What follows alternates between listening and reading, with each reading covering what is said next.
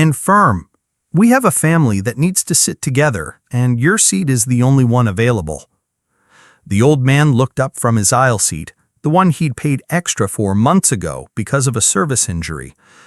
"I booked this for medical reasons," he said quietly, but she didn't budge. "If you don't move, we can't close the doors." So he stood, limped down the aisle, and sat alone between two strangers in pain. 9 minutes later, the cockpit door opened, and the captain walked out. What he did next changed the meaning of that flight forever. Welcome to Grateful Stories, where tales of compassion and kindness are told. Let's uncover what really happened. The early boarding call echoed through Terminal C at Denver International Airport. It was barely 6:30 in the morning, but Frank Delaney had been sitting at gate 27 for over an hour, hands folded, posture upright, a quiet stillness about him that only came with age and discipline. At 78, Frank looked exactly like what he was, an old man in a soft tan jacket, black slacks, and worn-out walking shoes. But if you watched him long enough, you'd notice the limp. Subtle, but there. Left knee stiff, the kind of injury that didn't come from age, but from war. Frank had booked this flight 3 months ago. He was headed to Annapolis, Maryland from Rock Springs, Wyoming to watch his granddaughter graduate from the U.S. Naval Academy, first in the family to ever wear the uniform after him.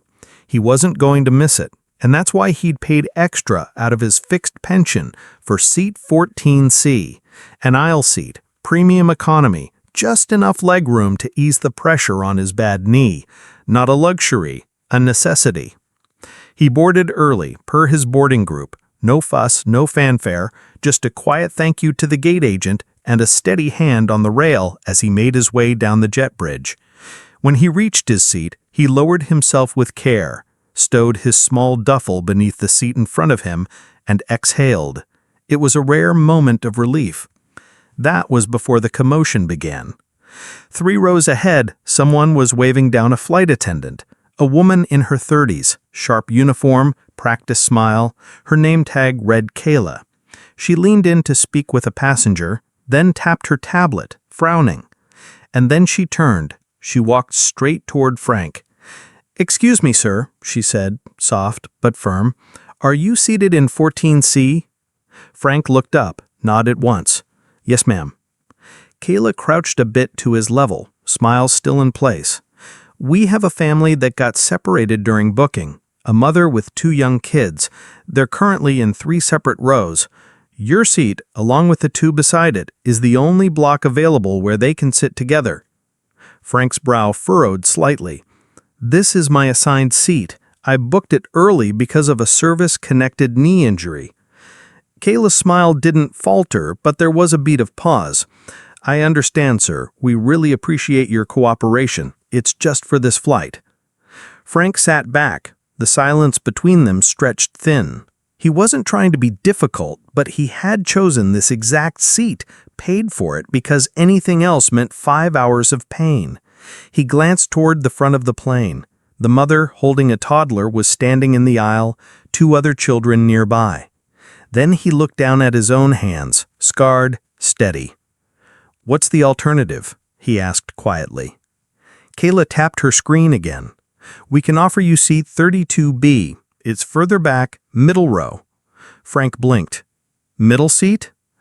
"Yes, sir. It's the only seat left unoccupied." He didn't say anything, just let the information settle. Seat 32B meant no legroom, no stretch, sandwiched between a college kid in headphones and a businessman already elbowing for armrest space. The overhead light was broken, the air smelled faintly of cleaning fluid and stale coffee. Frank lowered himself slowly, grimacing as his knee bent tighter than it should. He said nothing, just rested his hands on his lap and closed his eyes. No one noticed him. No one offered help. No one said a word. But someone was watching. 3 rows ahead, across the aisle, a woman in her 40s sat quietly. She'd boarded just before Frank, laptop in her lap, blazer folded neatly beside her. She'd heard everything, watched everything, And now she watched him, hunched in that tight seat, the lines on his face deeper than before. She reached for her phone, not to post, not to complain, but to message a contact, a friend who worked in customer relations at the airline. Her message was short. Passenger Frank Delaney, forced to give up aisle seat 14C despite confirmed booking and medical need, now seated 32B, Flight 306, crew dismissive. Please escalate. She hit send, then set the phone down and stared out the window. She didn't know what would come of it, but some moments you didn't stay silent. Some moments you just acted, even when no one else did. 32B, hands folded over his stomach. Shoulders drawn in the middle seat, always made you feel smaller. But this felt like vanishing. His knee throbbed every few minutes. He shifted slightly, just enough to keep the pain from locking in, but there was nowhere to go. His left leg pressed awkwardly against the seat back in front of him. No room to extend, no aisle to lean into. The college kid on his right kept his headphones on, lost in some movie. The businessman on the left tapped away on his laptop, his elbow spilling into Frank's space like he owned it. No one said anything. No one even made eye contact. Frank wasn't angry, just tired. He'd lived long enough to know what it meant to be inconvenient. It wasn't new. 3 rows ahead, the woman in the blazer, Charlotte Hayes, watched from the corner of her eye. She hadn't opened her laptop again. Instead, she studied the old man as the cabin buzzed around him. She noticed his hands, thick knuckles, one finger bent slightly to the side. Not from age, from injury. They rested on his lap, still as stone, but the tension in them was unmistakable, like he was holding something inside. Rage, maybe, or sorrow, or just weight. When the flight attendants came through for final checks, no one looked his way. No apology, no acknowledgement, just a nod and a tug on the overhead bin before moving on. Charlotte's phone buzzed in her palm. A reply received. Forwarding to ops. Unacceptable. Will notify cabin if escalated. She didn't expect much, but at least she tried. The cabin doors closed with a solid thunk. The safety briefing began. Frank leaned back, eyes still shut. Somewhere in the hum of the engines, the pre-flight video droned on about oxygen masks and seatbelts and tray tables. But all Frank could hear was the quiet throb of memory, like a distant engine from long ago. The sound of boots on jungle ground, the voice of a young man yelling for a corpsman, the moment his knee shattered under fire. He shifted again and winced. His hand found the edge of the armrest, but it wasn't there. The businessman's elbow remained parked, unmoved. Frank said nothing. In the cockpit, Captain David Miller adjusted his headset.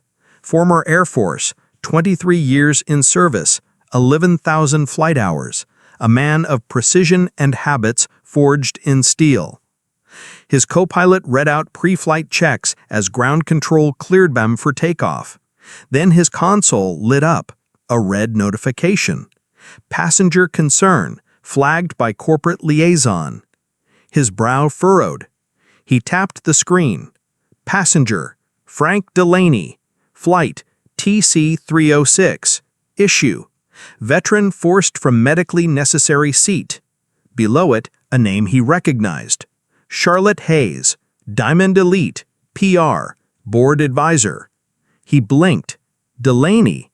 The name hit him like a jolt. He turned in his seat. Hold the taxi, he said. His co-pilot looked over, surprised. Captain.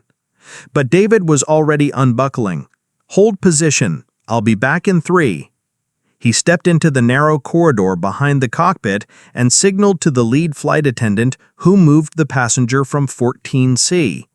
The attendant, a senior woman named Arlene, hesitated, pointing toward the back. A man was relocated to accommodate a family.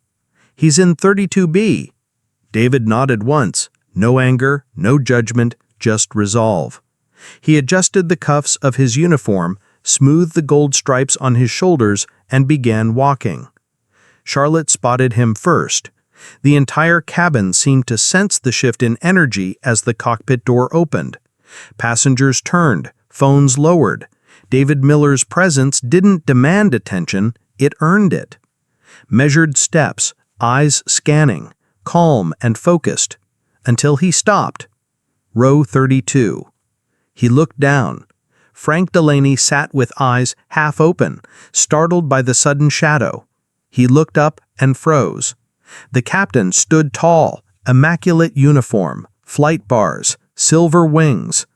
And then, with no hesitation, Captain David Miller raised his right hand and rendered a crisp, formal salute. The air in the cabin changed. Charlotte felt it first. The silence was total. Frank's eyes searched the man's face, confused, unsure. "Staff Sergeant Frank Delaney," the captain said, voice clear and unwavering. "On behalf of Transcontinental Airlines and as a fellow serviceman, I offer you my deepest apologies." Frank blinked. You should not have been asked to move from your seat," the captain continued. "It was an error, and we're going to make it right." Passengers whispered. Someone lowered their tray table slowly, watching. David turned to the aisle. "Is Miss Kayla Bennett in the cabin?" The young flight attendant, pale now, stepped forward from the galley. "Yes, sir." "You will personally escort Staff Sergeant Frank Delaney to seat 1A. Kayla hesitated.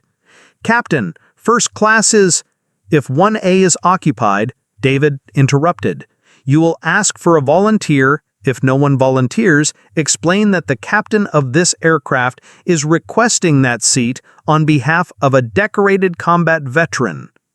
Frank started to rise, but David raised a hand. "Please, let us correct this. We owe you that much." Frank sat stunned. Charlotte saw at the flicker of disbelief and something else. Recognition. Gratitude. He stood slowly, carefully. His knee buckled slightly, but David steadied him with a hand under the armrest. Businessman beside him moved aside, awkward now. The college student removed his headphones, shame flickering in his eyes as they turned toward the front of the plane. David glanced back and nodded once to Charlotte Hayes. Their eyes met. No words passed between them, none were needed. Charlotte sat back in her seat, breath caught in her throat. She wasn't sure what part of her had needed to see that happen, but she knew something deep in her chest had just settled, the kind of settling that only happens when justice, long delayed, finally stands up. The moment Frank Delaney stepped into the aisle, something happened. Not dramatic, not loud, but undeniable. People moved. The businessman who hadn't given him a second glance now shifted awkwardly, eyes lowered. The young man in the window seat stood up quickly, muttering, "Sir, sorry, sir." Though Frank hadn't asked for anything, Captain Miller didn't let go of Frank's elbow until he was steady. Then he looked toward Kayla, who stood frozen halfway down the aisle, her tablet clutched like a shield. "Miss Bennett," he said calmly, "seat 1A now." "Yes, Captain," she replied, voice smaller than before.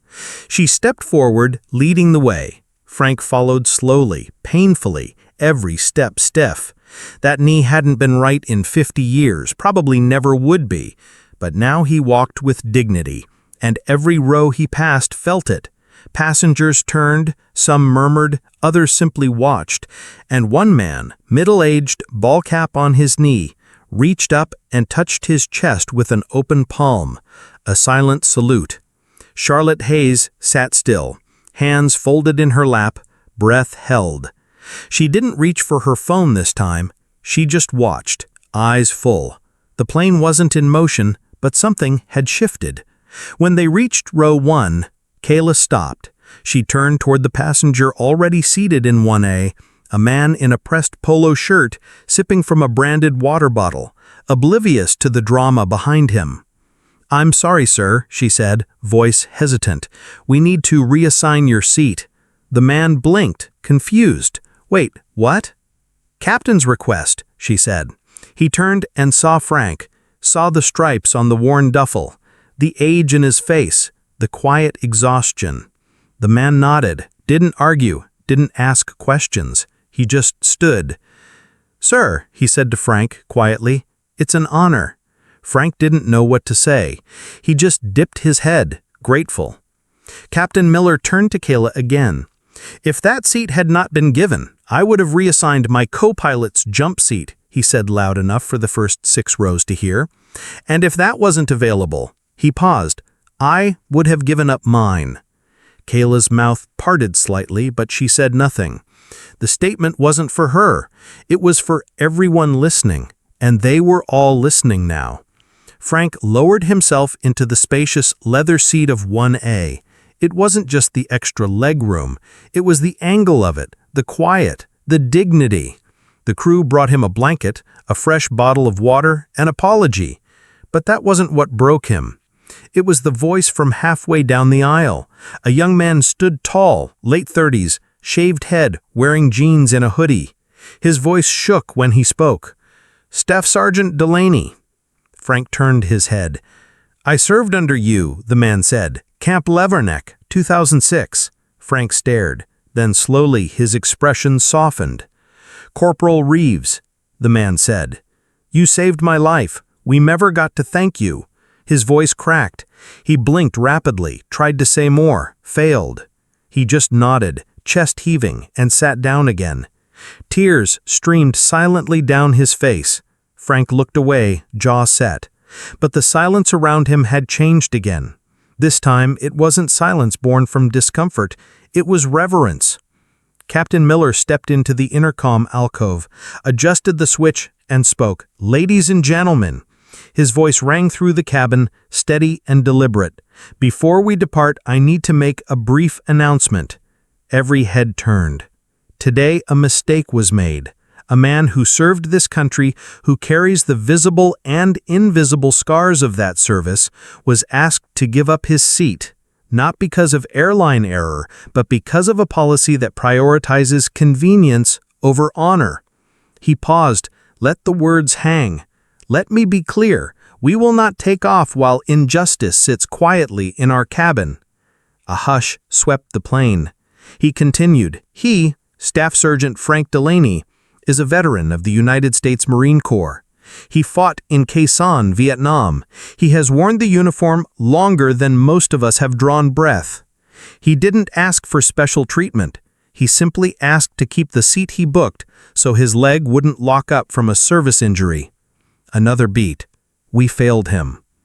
David's voice softened, but it didn't waver. "But we don't leave our own behind. Not in combat, not at 30,000 feet. He looked down the aisle, toward Charlotte, toward the veteran still quietly crying 2 rows behind her, toward the passengers who had once looked away, but now sat straighter. "And if that means this flight runs 10 minutes late," he said, "then I'll take every one of those minutes with pride." He clicked off the mic, and the cabin, already breathless, broke into applause. Not loud, not forced. It began with one pair of hands, then another, until, row by row, section by section, it rolled like a wave. Frank didn't raise his hand, didn't bow his head. He just sat there, still, silent. Seen, Charlotte wiped the corner of her eye, and for the first time in years, she believed something she had almost forgotten. Honor doesn't fade. It just waits for the right moment to rise again. The plane landed just after noon in Annapolis, Maryland. The wheels kissed the runway with a gentle hum, and sunlight filtered through the windows like a quiet blessing. As passengers gathered their belongings and rose from their seats, Frank Delaney remained seated in 1A, hands resting calmly on his knees. He wasn't in a hurry. For once, he didn't feel forgotten. When the flight crew thanked him at the door, they didn't just say it out of habit. They meant it. And when Charlotte Hayes passed him in the jet bridge, she simply touched his shoulder and whispered, "You reminded all of us who we're supposed to be." His granddaughter stood near baggage claim, midshipman uniform pressed sharp, holding a handmade sign that read, "Welcome, Grandpa Frank." When she saw him limping toward her, she dropped the sign and ran. He didn't brace. He let her hug him full force, like a wave hitting a seawall. "Your knees," she cried, pulling back. "I've had worse," he smiled, and for the first time in a long time, the smile reached all the way to his eyes.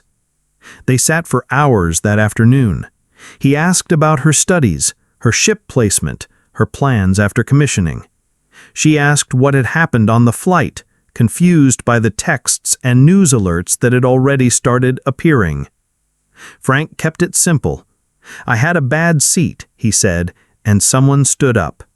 She nodded quietly. But later that night, when she saw the video online, the one someone had recorded of Captain Miller's speech over the intercom, she cried. Then she hugged him again and didn't let go. The next week, Frank received a letter in the mail, Transcontinental Airlines.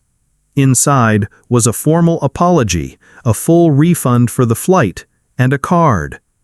"Dear Mr. Delaney, as of today, you are designated a lifetime guest of honor with Transcontinental Airlines.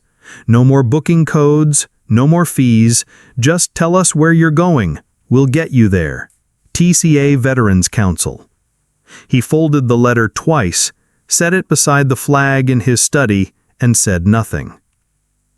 2 weeks later, another envelope arrived, this one hand-addressed.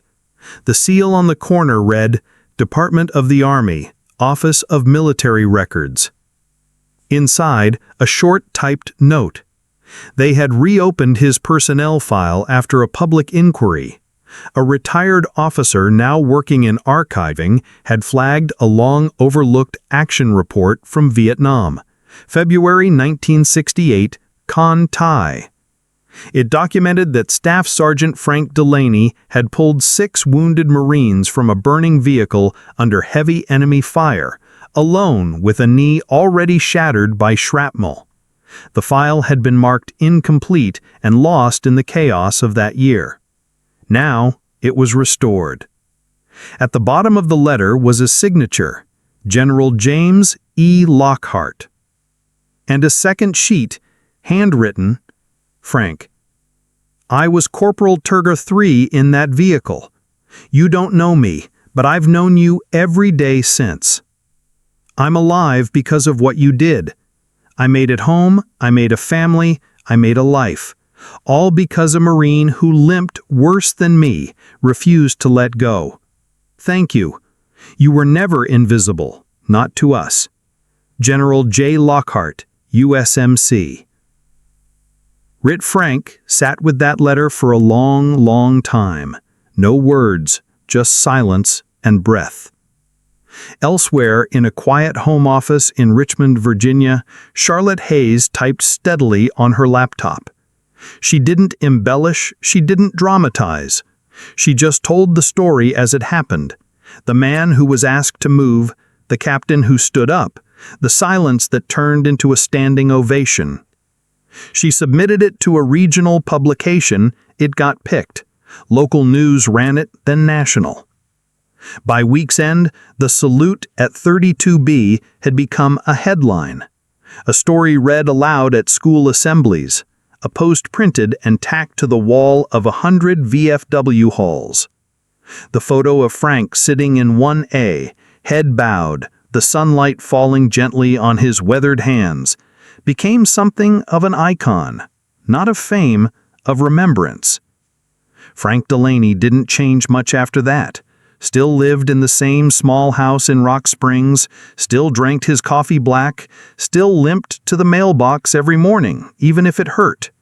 But something inside him had shifted. He held his head just a bit higher when he walked. He didn't flinch when strangers approached, and sometimes, when he sat on the porch at dusk, watching the sun dip low behind the hills, he smiled. Not because he was proud, but because he knew, for the first time in a long, long while, he had been seen. Not all sacrifices are written in medals. Not all battles end with banners.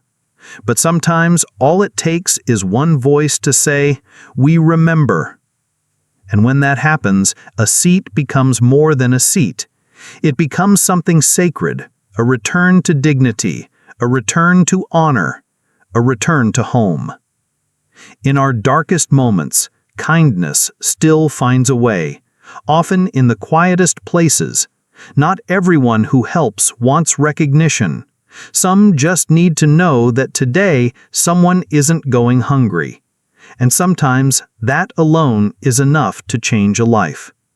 You may forget the story, but if no one retells it, history stays silent forever. Subscribe to Grateful Stories, where justice is honored, kindness is remembered, and no act of quiet heroism is ever lost.